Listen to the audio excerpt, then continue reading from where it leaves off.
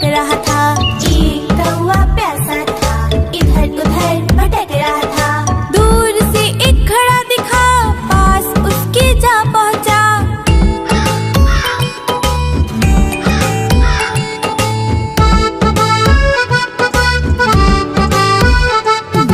कौवा बहुत प्यासा था, घड़े में पानी थोड़ा था।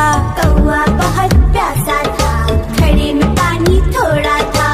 कौवे ने डाली कंकड़, पानी आया ऊपर। कौवे ने डाली कंकड़, पानी आया ऊपर। कौवा पी गया पानी, खत्म हुई कहानी। कौवा पी गया पानी, खत्म हुई कहानी।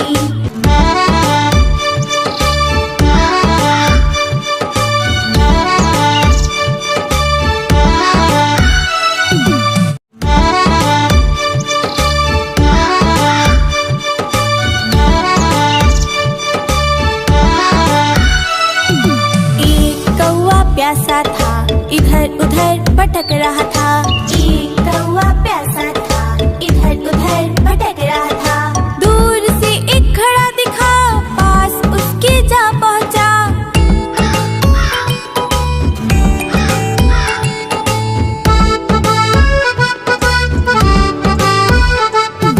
कौवा बहुत प्यासा था, घड़े में पानी थोड़ा था। कौवा बहुत प्यासा था, घड़े में पानी थोड़ा था।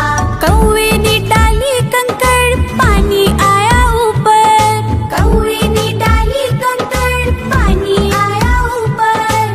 कौवा पी गया पानी, खत्म हुई कहानी। कौवा पी गया पानी, खत्म हुई कहानी।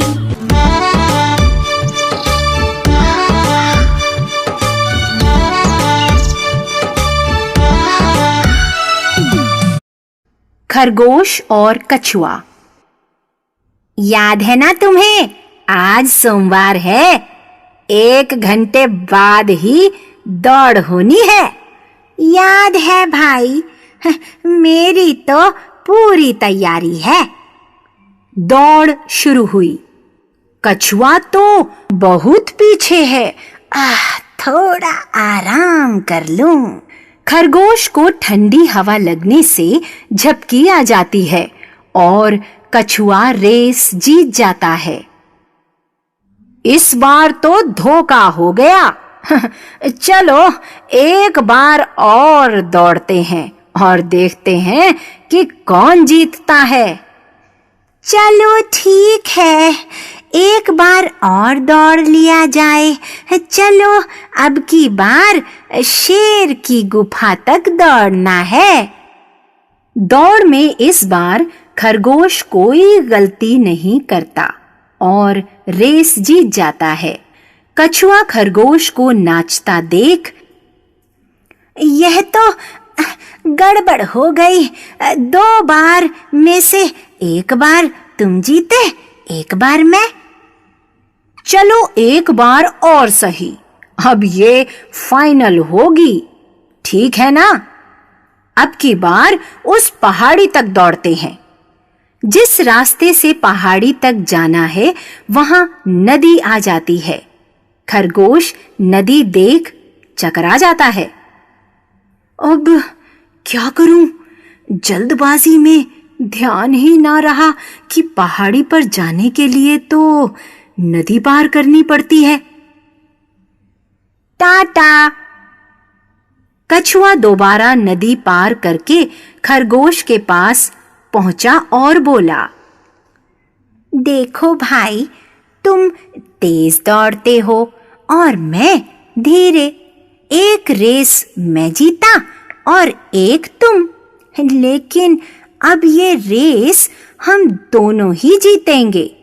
तुम ऐसा करो, मेरी पीठ पर सवार हो जाओ और मैं तुम्हें नदी पार करा देता हूँ। दोनों एक साथ नदी पार करते हैं और दोनों एक साथ जीतते हैं। Welcome to AK Cartoon Kids TV. घने जंगल में रहने वाले एक सियार की उसी जंगल में रहने वाले एक ऊंट से मित्रता थी। दोनों रोज नदी किनारे मिलते और ढेर सारी बातें किया करते थे। बातों ही बातों में कैसे समय कट जाता उन्हें पता ही नहीं चलता। सियार अपनी प्रवृत्ति के अनुसार चालाक था, लेकिन ऊंट सीधा सादा था। यूं ही दिन गुजर रहे थे और उनकी मित्रता बरकरार थी। एक दिन सियार को कहीं से पता चला कि नदी के उस पार स्थित खेत में लगे मक्के पक चुके हैं। मीठे रसदार मक्के के बारे में सोचकर ही उसके मुंह में पानी आ गया। उसके लिए नदी पार कर पाना संभव नहीं था, लेकिन मक्कों का लालच वह अपने मन से निकाल नहीं पा रहा था। फिर उसे अपने मित्र ऊंट की याद आई और वह तुरंत उससे मिलने चल पड़ा। जब वह ऊंट के पास पहुंचा तो उसका स्वागत करते हुए ऊंट बोला, आओ मित्र आओ, कहो आज दोपहर को ही कैसे आ गए? मित्र, मैं तुम्हें नदी के उस पार के खेत में लगे मक्के के बारे में बताने आया हूँ। मैंने सुना है कि मक्के पक गए हैं। ऐसे मीठे मक्के खाकर तुम जरूर खुश हो जाओगे और तुम्हारी खुशी में मेरी खुशी है। मैं कैसे तुम्हें बताने ना आता और बस में दौड़ा चला आया। सियार ने चिकनी चुपड़ी बातें शुरू कर दी, परंतु ऊंट को भी मक्के का स्वाद पसंद था। वह बोला, धन्यवाद मित्र, मैं अभी वहां जाने की तैयारी करता हूं। वाकई मक्के खाए कितने दिन हो गए। ऊंट को अकेले ही जाने की तैयारी करते देख सियार बोला, मित्र, मुझे भी मक्के पसंद है। मैं भी तरबूज खाना चाहता हूँ, लेकिन क्या करूं? मैं तैर नहीं सकता। कोई बात नहीं, तुमने मक्के खाए तो मैं समझ लूंगा कि मैंने भी खा लिया। सियार की ऐसी बात सुनकर ऊंट बोला, कैसी बात करते हो मित्र? क्या मैं तुम्हें यहां छोड़कर जा सकता हूं? मैं तुम्हें अपनी पीठ पर लाद कर नदी पार के खेत में ले चलूंगा। हम दोनों मजे से मक्के का स्वाद लेंगे। ऊंट की ऐसी बात सुनकर सियार खुश हो गया। फिर दोनों मक्के खाने के लिए नदी की ओर चल दिए। नदी के किनारे पहुंचकर ऊंट बोला, मित्र, तुम मेरी पीठ पर बैठ जाओ। ऊंट ने सियार को अपनी पीठ पर बैठाया और नदी के पानी में तैरने लगा। कुछ ही देर में दोनों मक्के के खेत में पहुंच गए और जैसे ही सियार का पेट भर गया तो सियार ने कहा, मित्र, अब चलते हैं, नहीं तो किसान आ जाएंगे। फिर दोनों वहां से चले आते हैं और रात को दोनों मजे से सो जाते हैं और जैसे ही सुबह होती है वे फिर से मक्के खाने निकल जाते हैं। फिर से ऊंट ने सियार को अपनी पीठ पर बैठाया और नदी के पानी में तैरने लगा। कुछ ही देर में दोनों मक्के के खेत में पहुंच गए और मक्के खाने लग गए। जब सियार का पेट भर गया तो ऊंट से बोला, चलो मित्र, अब चलते हैं, नहीं तो किसानों आ जाएंगे। मित्र, तुम तो छोटे जानवर हो, इसलिए तुम्हारा पेट जल्दी भर जाता है, परंतु मैं बड़ा जानवर हूं, इसलिए थोड़ी देर में और खा लेता हूं। फिर सियार ऊंट से बोलता है, मित्र, मुझे हुआ किए हुए बहुत दिन हो गए। ऊंट ने उसे शांत करने का प्रयास किया, लेकिन वह नहीं माना और खेत में हुआ करने लगा। उसकी आवाज खेत के कुछ दूरी पर रहने वाले किसान के कानों में पड़ गई। वह समझ गया कि खेत में कोई घुस आया है। हाथ में लाठी लेकर वह दौड़ता हुआ खेत में पहुंचा, जहां उसने ऊंट को खड़ा पाया। किसान को देखकर सियार पहले ही भागकर एक पेड़ के पीछे छुप गया। अपने विशाल शरीर के कारण ऊंट के लिए कहीं छिपना संभव नहीं था, इसलिए वह वहीं खड़ा रह गया। ऊंट को देखकर किसान आगबूला हो गया। उसने उसे लाठी से पीटना शुरू कर दिया और पीटते पीटते खेत से बाहर खदेड़ दिया। ऐसी जबरदस्त धुनाई के बाद बेचारा ऊंट कहराते हुए खेत के बाहर खड़ा ही था कि पेड़ के पीछे छुपा सियार चुपके से खेत से बाहर निकलकर उसके पास आ गया। फिर ऊंट ने उससे पूछा, तुम खेत में क्यों चिल्लाने लगे? सियार ने कहा, मित्र, खाने के बाद अगर मैं हुआ की आवाज ना निकालूं तो मेरा खाना नहीं पचता। उसका उत्तर सुनकर ऊंट को बहुत क्रोध आया, लेकिन वह चुप रहा। दोनों जंगल लौटने लगे। मार खाने के बाद भी ऊंट सियार को पीठ पर लादे नदी में तैर रहा था। सियार मन ही मन बड़ा खुश था कि ऊंट की पिटाई हुई। जब वे बीच नदी में पहुंचे तो अचानक ऊंट ने पानी में डुबकी लगा दी। सियार डर के मारे चीखा और बोला, ये क्या कर रहे हो मित्र?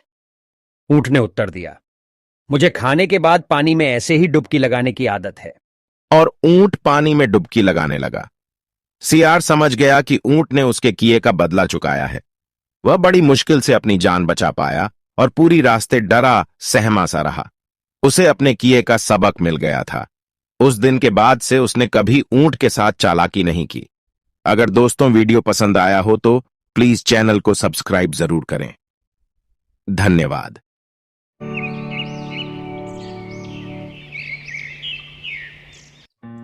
बहुत दिनों पुरानी बात है। सुंदरबन के एक गांव में भोला नाम का एक किसान रहता था। भोला के घर में चंपा नाम की एक भैंसी रहती थी। एक दिन चंपा घूमते घूमते जंगल में जा पहुंचा। जंगल में हरी भरी घास देखकर वो जंगल के और अंदर चली गई। कुछ समय बाद घास खाकर उसका पेट भर गई। अब वो घर वापस आने के लिए चलना शुरू किया, लेकिन वो गांव का रास्ता भूल गई थी। चंपा बहुत चिंतित हो गई। फिर वो मन ही मन बोली, हे भगवान, मैं तो रास्ता भूल गई हूँ। अब मैं घर कैसे जाऊँ? मुझे प्यास भी बहुत लगी है। इधर कोई इंसान भी नहीं दिखाई दे रहा है। फिर वो चलता हुआ एक तालाब के पास पहुंचा, जहां पर वो पानी पिया और फिर से हरी भरी घास खाने लगी, जिसे खाकर वो बहुत खुश हो गई और ऊपर मुंह करके चिल्लाने लगी।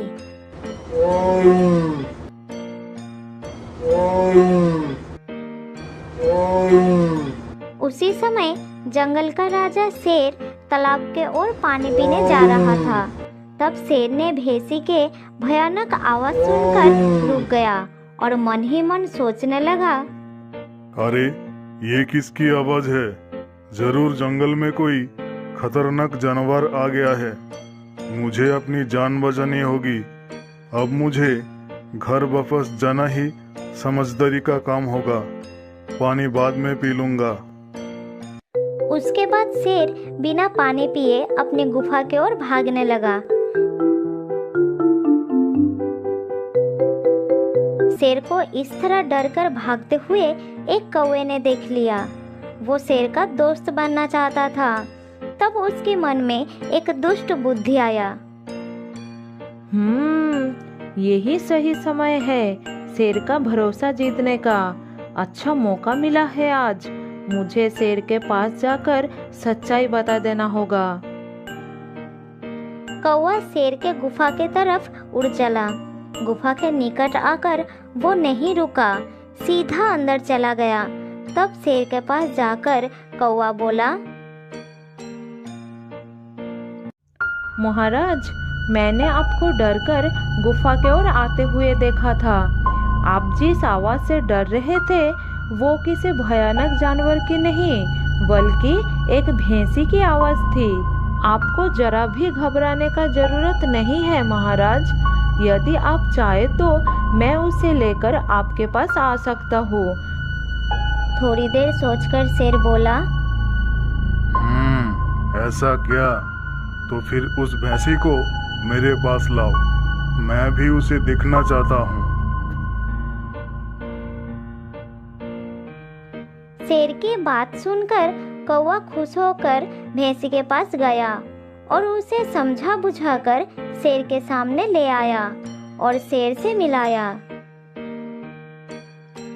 कुछ ही देर में चंपा और शेर बहुत अच्छे मित्र बन गए। शेर ने भैंसी को अपना मित्र बना लिया। ये सब देखकर कौवा उनकी दोस्ती से जलने लगा, क्योंकि उससे तो शेर का दोस्त बनना था। इस तरह कुछ दिन बीत जाता है। चंपा जंगल की हरी भरी घास खाकर और शेर की दोस्ती पाकर बहुत खुश थी, लेकिन ये सब कौवे को बिल्कुल पसंद नहीं हो रहा था। तब कौवा एक तरकीब निकाला और शेर के पास गया और शेर से बोला, महाराज, भैंसी आपसे केवल मित्रता का दिखावा करता है।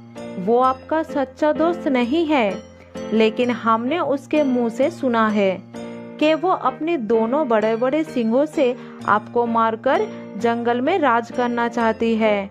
आप बहुत सावधानी से रहिएगा महाराज। अच्छा, ये बात है।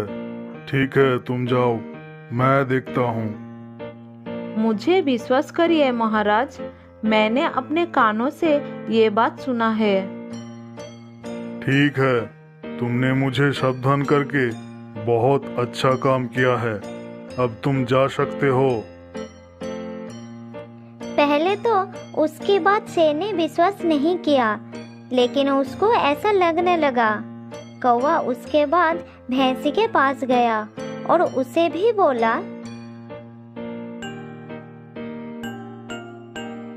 मैं आपसे एक राज की बात कहना चाहता हूँ, इसमें आपकी भलाई है।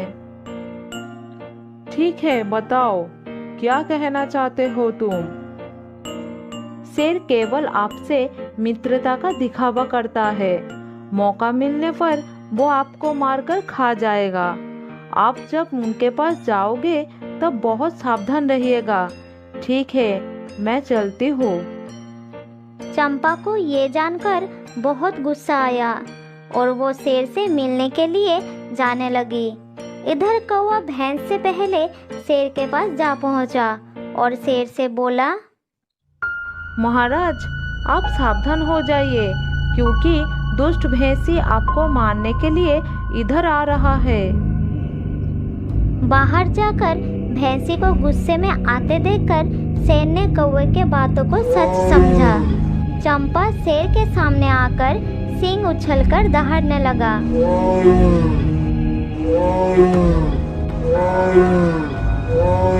शेर ने भी गुस्से में आकर उस पर हमला कर दिया और फिर दोनों आपस में लड़ने लगे।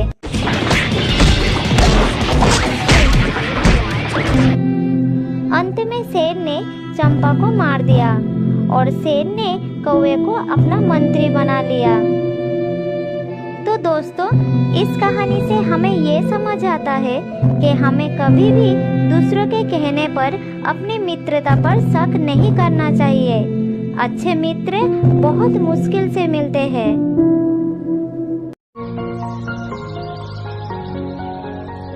सालों पहले एक जंगल में डंपी नाम की बूढ़ी बकरी रहती थी, जिसके 7 बच्चे थे। बकरी रोजाना बाहर जाती थी और बच्चों के लिए खाना लेकर आती थी। उसी जंगल में एक भेड़िया भी रहता था, जिसकी नजर बकरी के बच्चों पर थी।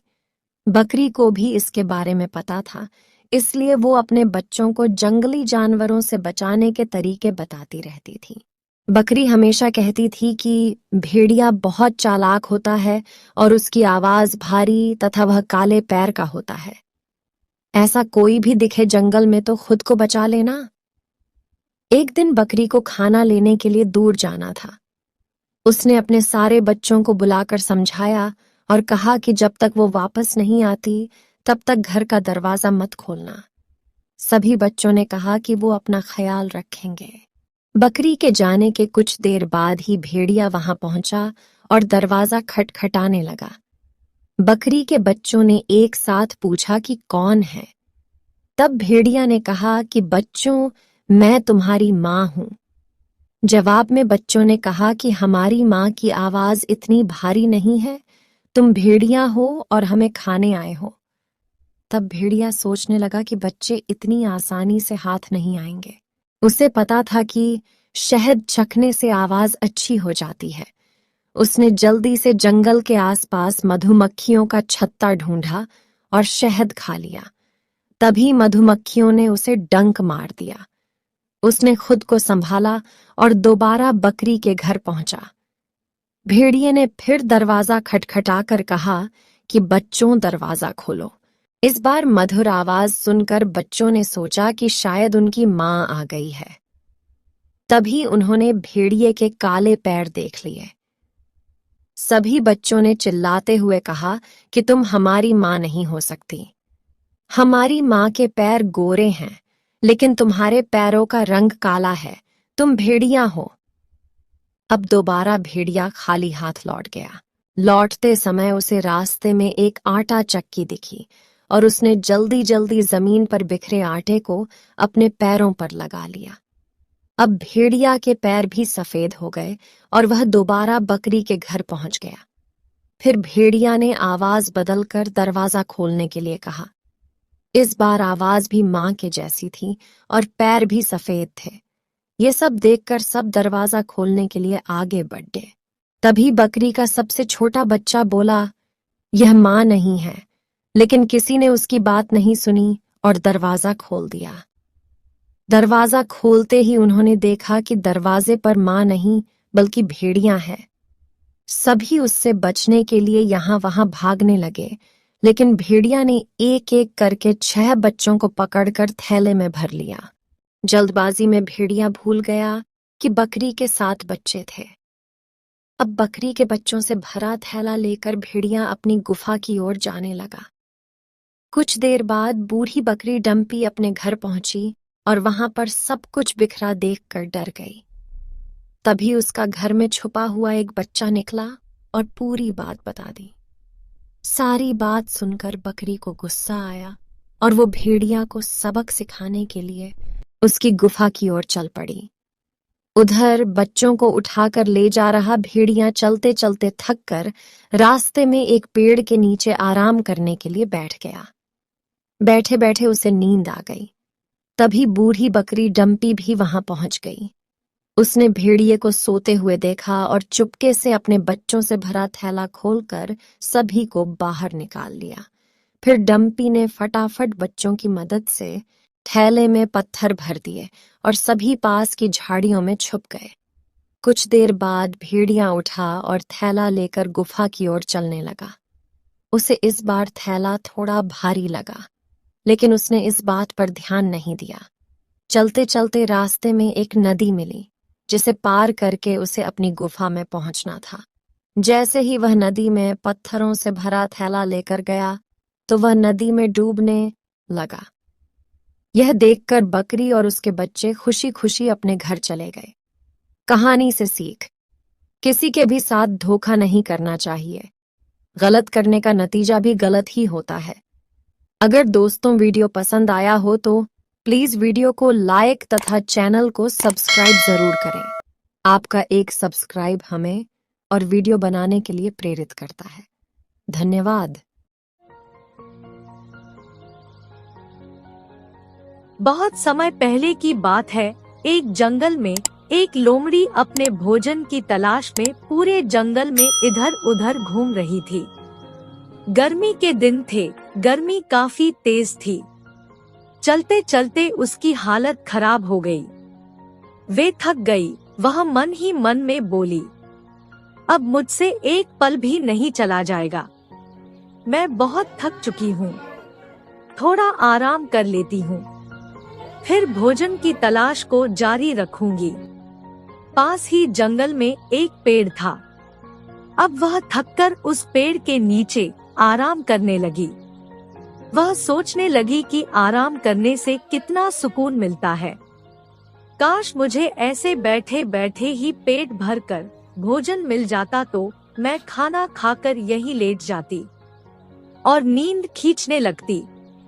वह लोमड़ी सोच ही रही थी कि इतने में एक कौवा उड़कर आया। वह लोमड़ी के सामने वाले पेड़ के टहनी पर बैठ गया। जब लोमड़ी की नजर उस पर गई तो उसने देखा कि कौवे के मुंह में एक रोटी है। रोटी पूरी है और वह कौवा उस रोटी को कसकर अपने चोंच से दबाया हुआ है। उस रोटी को कौवा रखकर पूरे 2 से 3 दिन आराम से खा सकता था। लोमड़ी उस रोटी को देखकर लालच में पड़ गई।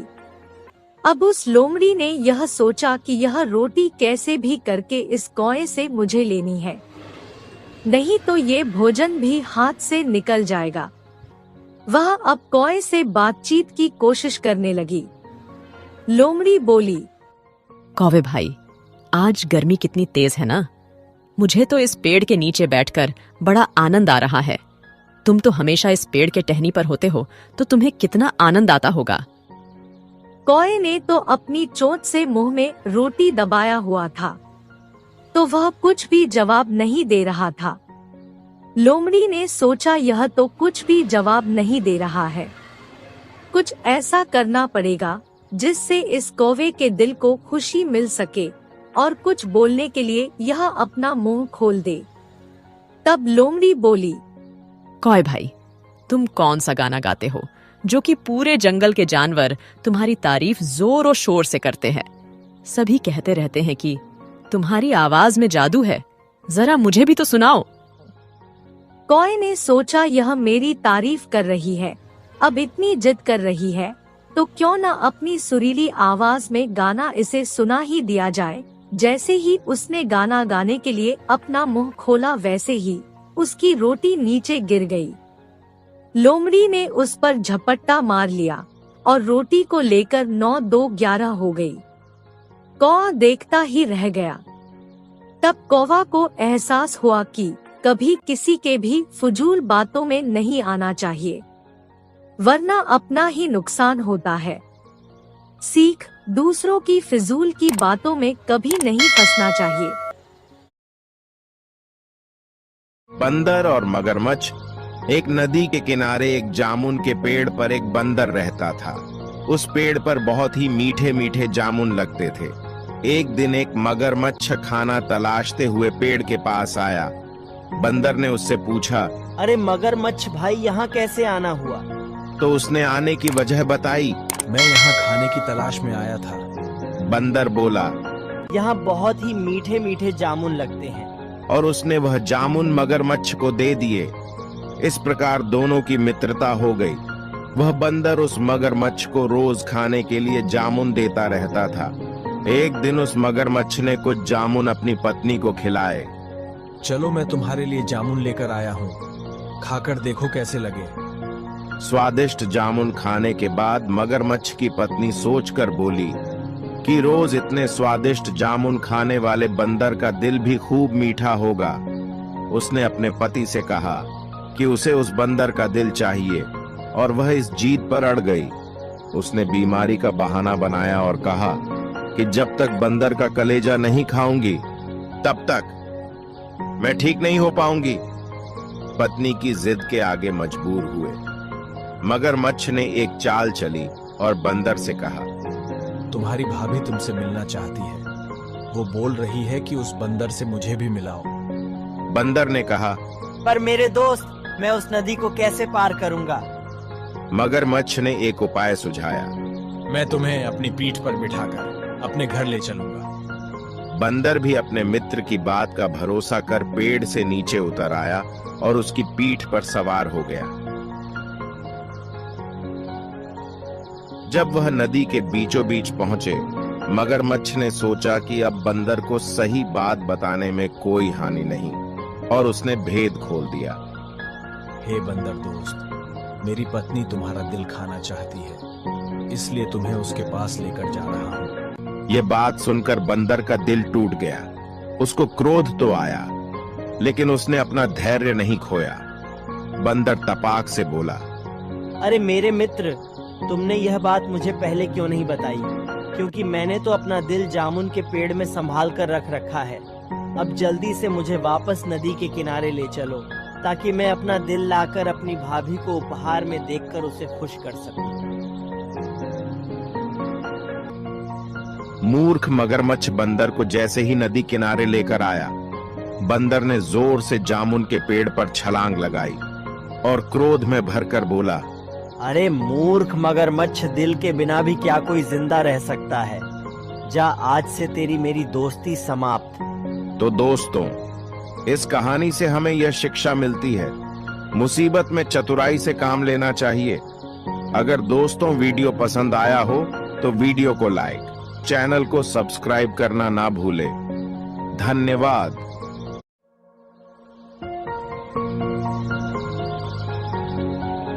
बहुत समय पहले की बात है। एक जंगल था। उस जंगल में एक भेड़िया और एक खरगोश रहते थे। भेड़िया हमेशा सोचता रहता था कि इस खरगोश को कैसे अपने जाल में फंसाया जाए। खरगोश को देखकर भेड़िया के मुंह में पानी आ जाता था। वह सोचता था कि इस खरगोश को खाने में कितना मजा आएगा। एक दिन खरगोश जंगल में बैठा हुआ था। खरगोश को देखकर भेड़िया बोला, काश ये खरगोश मेरे हाथ लग जाए। इसकी तो हड्डियां तक मैं चबा जाऊंगा। इसका मांस बहुत ही लजीज होगा। यह बोलकर भेड़िया खरगोश के ओर बढ़ने लगा। खरगोश भी काफी चालाक और समझदार था। वह हर बार भेड़िए को चक्कर में डालकर बच जाता था। खरगोश ने भेड़िया को अपनी तरफ आता देख वह समझ गया कि भेड़िया की इरादा ठीक नहीं है। यह सोचकर खरगोश वहाँ से जाने लगा। भेड़िया खरगोश के पीछे पीछे बहुत चलता था, लेकिन हर बार खरगोश उससे बच जाता था। एक दिन खरगोश आगे आगे भाग रहा था। भेड़िया थक गया और खरगोश से बोला, यार तू मेरे आगे आगे क्यों भागता रहता है? एक आखिरी मौका दे दे, मैं तुझे पकड़ लूंगा। खरगोश भेड़िया से दूर ही बैठ गया और उसने मुस्कुराते हुए कहा, ठीक है, पर मुझे पकड़ने की तुझ में काबिलियत नहीं है। तुम मुझे ईमानदारी से कभी भी नहीं पकड़ सकते। भेड़िया समझ गया कि खरगोश उससे अच्छे से बच जाता है, इसलिए उसने खरगोश को धोखे से पकड़ने की प्लान बनाया। उसने सोचा अब इस खरगोश को धोखे से ही पकड़ सकता हूँ। अगले दिन भेड़िया खरगोश के पास आया और बोला, आज मैं तुझे एक महान जादू दिखाऊंगा जिससे तू गायब हो जाएगा। मैं तुझे इस टोकरी से ढक दूंगा और तुम्हें गायब कर दूंगा। खरगोश उसकी बातों पर भरोसा कर लिया और तैयार हो गया। खरगोश ने देखा कि भेड़िया एक बड़ी सी खाली टोकरी लेकर आया हुआ है। उसने टोकरी से खरगोश को ढक दिया और बोला, आज तुम मुझसे नहीं बच पाओगे, तुमने मुझे बहुत तरसाया है। यह बोलकर भेड़िया बहुत खुश हो गया। उसे लगा कि उसने खरगोश को पकड़ लिया है। भेड़िया ने सोचा अब इस खरगोश को मजे से खाऊंगा। खरगोश भी चालाक था। भेड़िया की बात टोकरी के नीचे से ही सुनकर अपना काम स्टार्ट कर दिया। भेड़िया मुस्कुराते हुए टोकरी के तरफ देखने लगा और टोकरी को हटाया तो वह देखकर हैरान रह गया। उसने देखा कि खरगोश टोकरी के नीचे है ही नहीं। वह सोचने लगा कहीं मेरी जादू काम तो नहीं कर गई, और इधर उधर देखने लगा। जब वह कुछ आगे तक अपनी नजर दौड़ाई तो उसने देखा कि खरगोश टोकरी के अंदर से ही जमीन खोदकर दूसरी जगह निकलकर भाग रहा था। भेड़िया टोकरी को देखता रह गया, लेकिन वहाँ सिर्फ खरगोश के बाल ही मिलते हैं। उसका चेहरा लाल हो जाता है और उसका घमंड टूट जाता है। वह सोचता है कि खरगोश ने मुझे बेवकूफ बना दिया। खरगोश दौड़ते हुए वापस आता है और दूर ही बैठकर हंसते हुए कहता है, भेड़िया भैंस की खाल में जाने का आशीर्वाद देते हैं, लेकिन खरगोश के बालों में नहीं। यह कहकर खरगोश वहाँ से चला गया। यह कहानी हमें यह सिखाती है कि बुद्धिमानी हमेशा शारीरिक मजबूती से अधिक महत्वपूर्ण होती है।